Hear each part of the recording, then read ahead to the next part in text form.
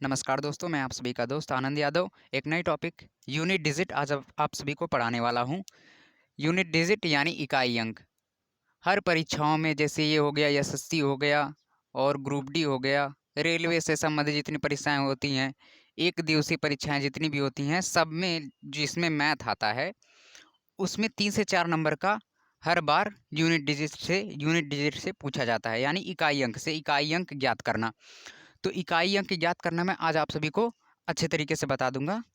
बस वीडियो पर आप बने रहिएगा। पहली बात तो इकाई अंक क्या होता है, इकाई अंक ये समझ लेते हैं।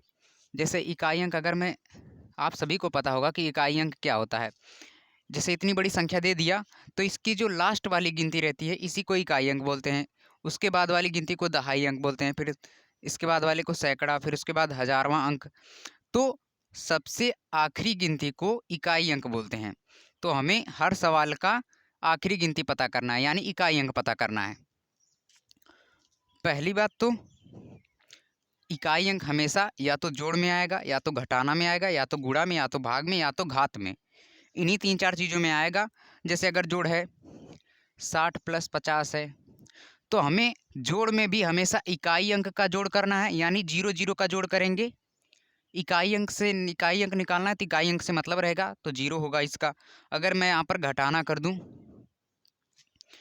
तो भी, अगर मैं यहाँ पर घटाना कर देता हूँ तो भी इकाई अंक से ही मतलब रहेगा, यानी 0 इससे हासिल लेगा और ये 10 हो जाएगा, 10 में से 5 आएगा तो यहाँ पर 5 बचेगा। तो इकाई अंक निकालना है तो इकाई अंक से ही केवल हमें मतलब रखना है सभी क्वेश्चंस में।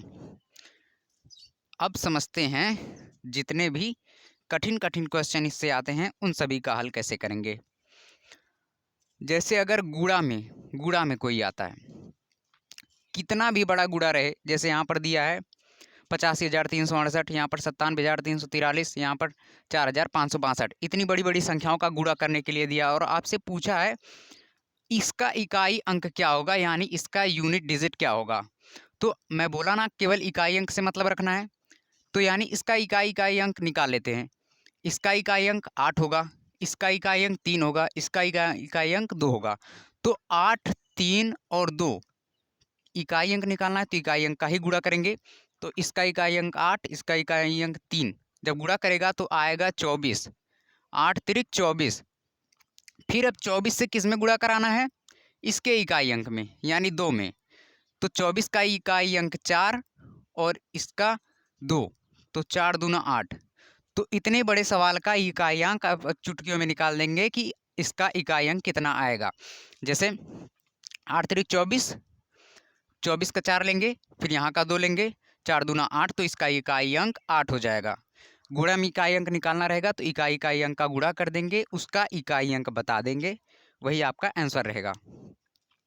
अब आपको एक नियम ध्यान में रखना है कि जब कभी भी आधार और घात वाली बात आती है, मतलब देखिए अगर कुछ भी दिया, जैसे यक्स की घाते 5 दिया है, यक्स की घाते 5 दिया है, तो ये जो यक्स है इसे बोलते हैं बेस, बेस यानी आधार, और ये जो है इसे बोलते हैं घात यानी पावर।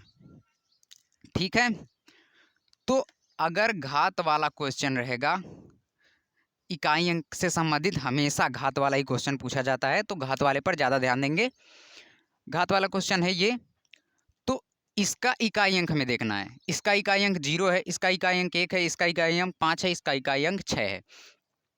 तो अगर 0, 1, 5, 6, इसका एक नियम होता है कि अगर आधार वाले में यानी बेस में घात चाहे कितनी भी रहे, घात चाहे कितनी भी रहे, अगर बेस में इकाई अंक 0 हो, 1 हो, 5 हो या 6 हो, 0, 1, 5, 6, अगर 0, 1, 5, 6 इनमें से कोई भी आता है, जैसे ये सब तो अलग अलग सवाल हैं लेकिन इन सबको बता दे रहा हूँ कि अगर बेस में इकाई अंक 0 या 1 या 5 या 6 आता है तो घात चाहे कितनी भी बड़ी रहे, चाहे मैं यहाँ पर 6, 7, 8, 9 कुछ भी लिख दूँ, यहाँ पर 5, 6, 3 कुछ भी लिख देता हूँ, अगर जैसे मान लीजिए इतनी बड़ी मैं घात कर देता हूँ, सबकी बहुत बड़ी घात कर देता हूँ, तो भी हमें यहाँ पर घात से मतलब नहीं है। घात चाहे कितनी भी बड़ी रहे, लेकिन अगर इसका इकाई अंक, ये जो बेस वाली संख्या है 540 है, 661 है, बेस वाली संख्या अगर बेस वाली संख्या का इकाई अंक 0, 1, 5, 6 अगर इनमें से कोई है, 0, 1, 5, 6 अगर है तो उसका इकाई अंक बिना कुछ सोचे ही बता देना है। जैसे अगर इसका इकाई अंक 0 है, घात कितनी भी बड़ी है तो इसका इकाई अंक 0 होगा, और इसका इकाई अंक 1 है, घात चाहे कितनी भी बड़ी रहे तो इसका इकाई अंक 1 होगा। यहाँ पर 0 अगर इकाई अंक में है तो इसका इकाई अंक 0 होगा। इस पूरे की घात को अगर आप हल करेंगे तो बहुत बड़ा जाएगा, 540 का गुणा इतनी बार होगा। तो इसका इकाई अंक अगर 0 है तो तुरंत बता देंगे कि ये पूरे इतने का अगर आप हल करेंगे तो इसका इकाई अंक 0 होगा।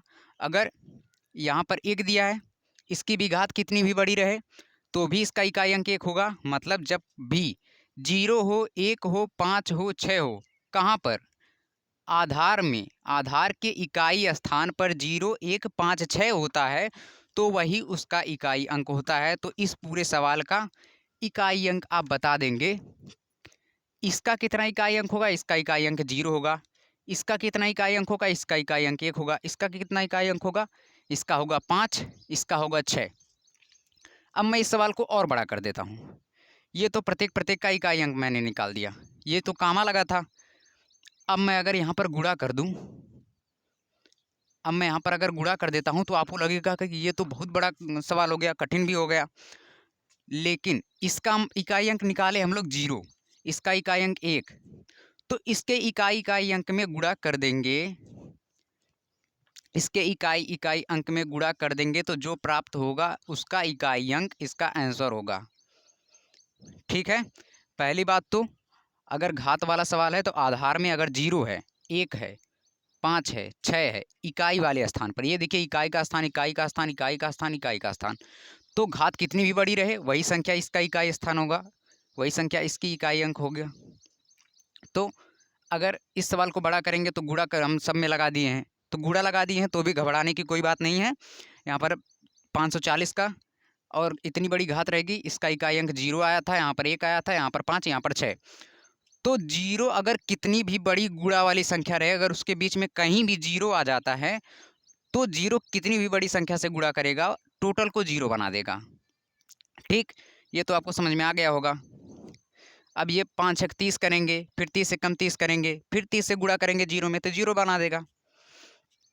तीसरा सवाल ये कहता है कि अगर इकाई अंक में 0, 1, 5, 6 आता है तो वो तो वही इकाई अंक हो जाता है उसका आंसर। अगर आधार में 0, 1, 5, 6 इकाई वाले स्थान पे आता है, घात कितनी भी बड़ी रहे तो आंसर वही हो जाता है, वही इकाई स्थान वाला ही आंसर हो जाता है। लेकिन अगर 0, 1, 5, 6 नहीं रहेगा तो क्या होगा, जैसे यहाँ पर देखिए 8, 7 है, यहाँ पर 3, 4 है, यहाँ पर 6, 8 है, तो यहाँ पर इकाई स्थान तो 0, 1, 5, 6 नहीं है, तो ये वाला कैसे होगा, तो ये वाला जो होगा 87 की घाते 39 दिया है, इसको इकाई अंक इसका अगर निकालना रहेगा तो इसका इकाई अंक पहले आप लिख लेंगे, इसका इकाई अंक आप लिख देंगे 7, इसका इकाई अंक पहले लिख लेंगे 4, इसका भी इकाई अंक 8। अब क्या काम करना है, पहले तो इकाई अंक आप लिख लेंगे, उसके बाद उसके घात में 4 से भाग दे देंगे, उसके घात में 4 से भाग दे देंगे। अब यहाँ पर दो बात ध्यान में रखना है कि अगर घात में भाग देने पर शेषफल बचता है तो यहाँ पर शेषफल लिखेंगे, अगर शेषफल नहीं बचता है तो उसकी घात 4 लिखेंगे। जैसे यहाँ पर अगर हम 4 से इसमें 39 में भाग देते हैं तो 4 9 36 यानी शेषफल 3 आता है, तो यहाँ पर शेषफल इसका लिख देंगे। और यहाँ पर जो है, यहाँ पर देखिए 4 से 28 में भाग देंगे, पहले तो इसका इकाई अंक ले लेंगे, फिर इकाई अंक लेने के बाद घात में 4 से भाग देंगे, चाहे कोई भी घात हो सभी में 4 से ही भाग देना है। तो 4 से जब भाग देंगे तो ये कट जाएगा, 4 सत्ते 28, तो 4 सत्ते 28 कट जाएगा, तो यहाँ पर 7 नहीं लिखना है कि जैसे 4 सत्ते 28 7 आ रहा 7 लिखना है, नहीं, शेषफल अगर बचता है तो शेषफल इसकी घात में लिखना है, अगर शेषफल नहीं बचता है तो इसकी घात 4 कर देनी है। अगर शेषफल 4 से भाग देने पर बचता है, जैसे यहाँ पर शेषफल 3 बचा था तो शेषफल 3 लिख दिए, अगर शेषफल कुछ नहीं बचता, अगर यहाँ पर 36 होता तो यहाँ पर भी 4 लिखते हैं, अगर शेषफल नहीं बचता है तो घात 4 लिखनी है, अगर शेषफल बचता है तो वही शेषफल लिखना है। अब 8 वाला देख लेते हैं, इसमें 8 तो उतार लिए इसका इकाई अंक। फिर 4 से 29 में जब भाग देंगे तो शेषफल 1 बचेगा। 4 7 28, एक शेषफल बच रहा है तो 1 इसकी घात हो जाएगी। अगर शेषफल नहीं बचता, यहाँ पर 28 रहता तो इसकी घात 4 ही रहती। ठीक है, तो इसका घात 1 हो जाएगा। ये तो अलग अलग का मान निकालिए कि 87 की घात 39 रहेगा तो 7 की घात 3 आएगा, 34 की घात 28 रहेगा तो इसका मान इकाई अंक का मान 4 की घात 4 होगा, इसका 8 की घात 1 होगा। अब आप कहेंगे कि अगर मुझे नहीं इसका घन आता है तब क्या करेंगे?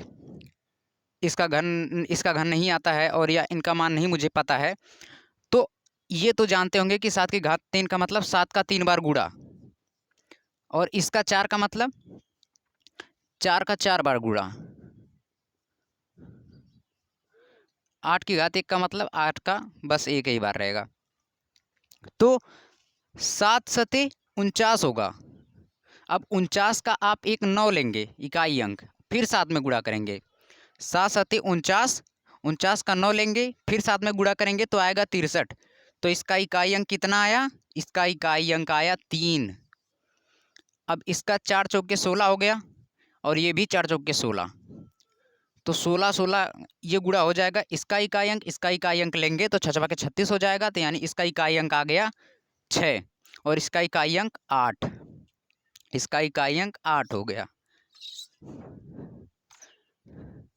अब देखिए, अब मैं इस सवाल को बड़ा कर देता हूँ,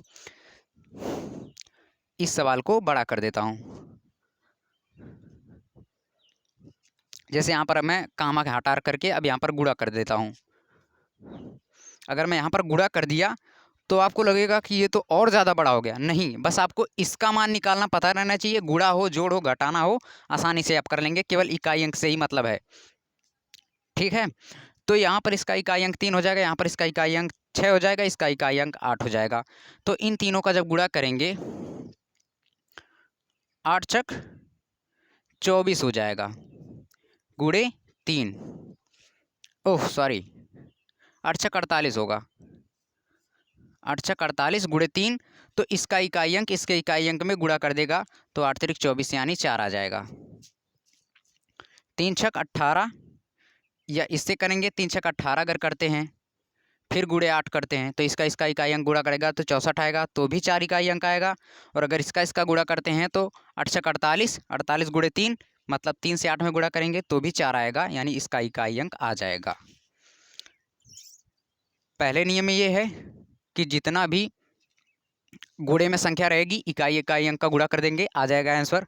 दूसरे में ये बात की जा रही है कि अगर घात और आधार वाला बात रहे, मतलब ये आधार है ये घात है, तो अगर आधार का इकाई अंक 0 हो या 1 हो या 5 हो या 6 हो तो घात कितनी भी बड़ी रहे उसका आंसर वही होता है। यानी इतने का इकाई अंक 0, इतने का इकाई अंक 1, इतने का इकाई अंक 5, इतने का इकाई अंक 6। अगर ये सब नहीं रहेगा, जैसे 7 आ गया, 4 आ गया, 8 आ गया, तब क्या करेंगे?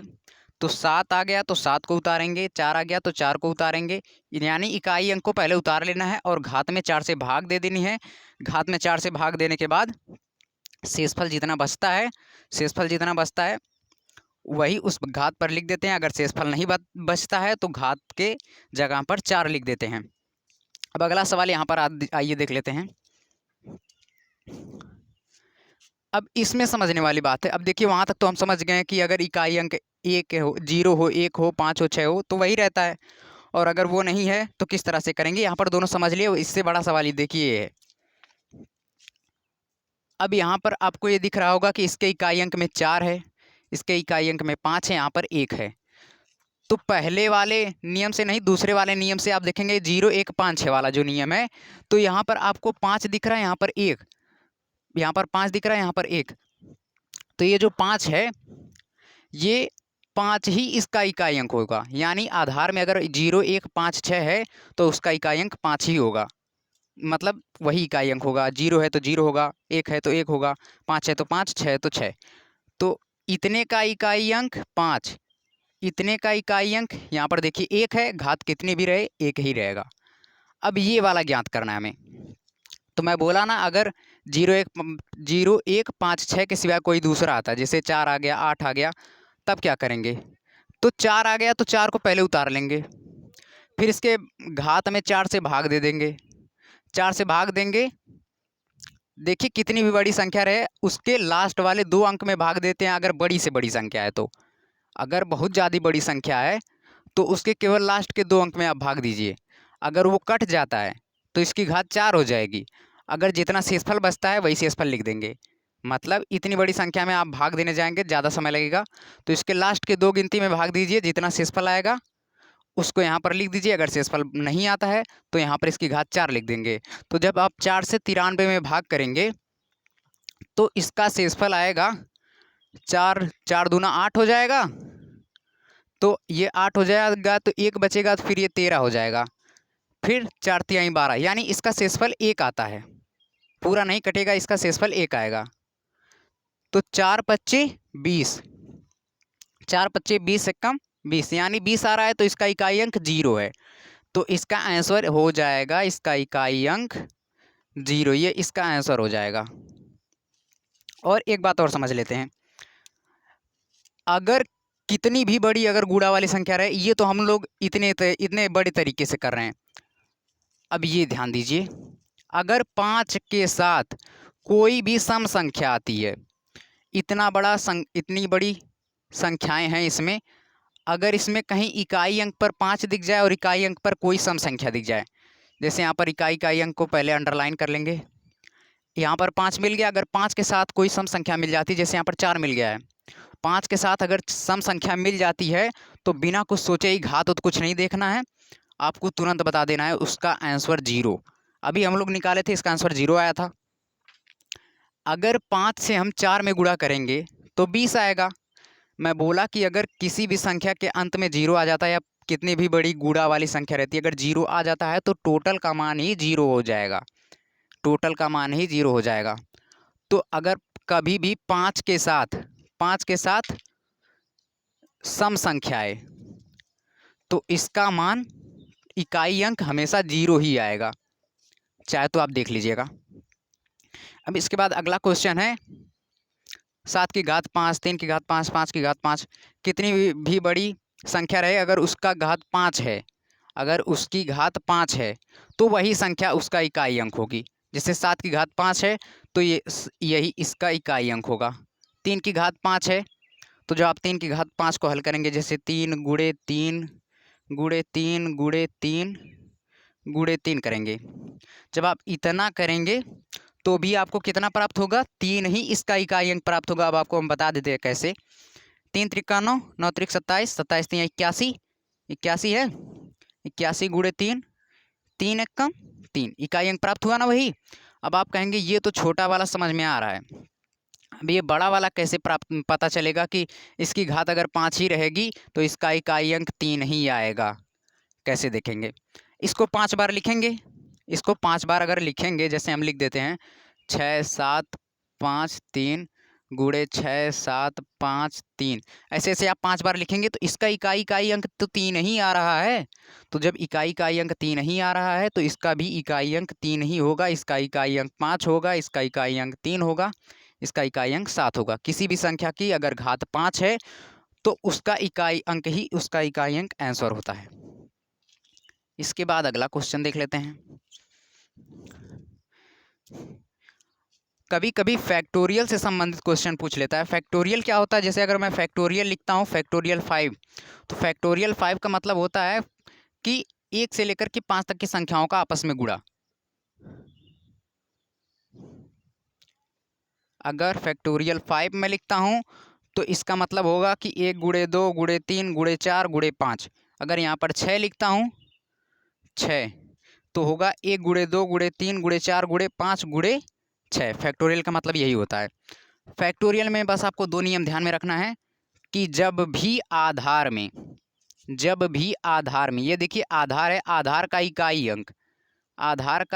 अंक अगर सम हो तो आपको 6 उसका इकाई अंक बताना है, अगर विषम हो तो उसका इकाई अंक आपको 1 बताना है। चाहे फैक्टोरियल हो चाहे घात कितनी भी बड़ी हो, अगर ये वाला नियम लगता है कि इकाई अंक 0 हो, 1 हो, 5 हो, 6 हो, तब तो वही रहेगा।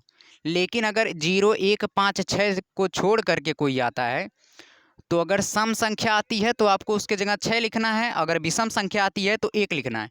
तो आप इसे बता दीजिए कि ये सम संख्या है कि विषम। विषम रहेगी तो इसका इकाई अंक 1, अगर फैक्टोरियल वाला है तभी सम विषम वाला काम लगेगा फार्मूला।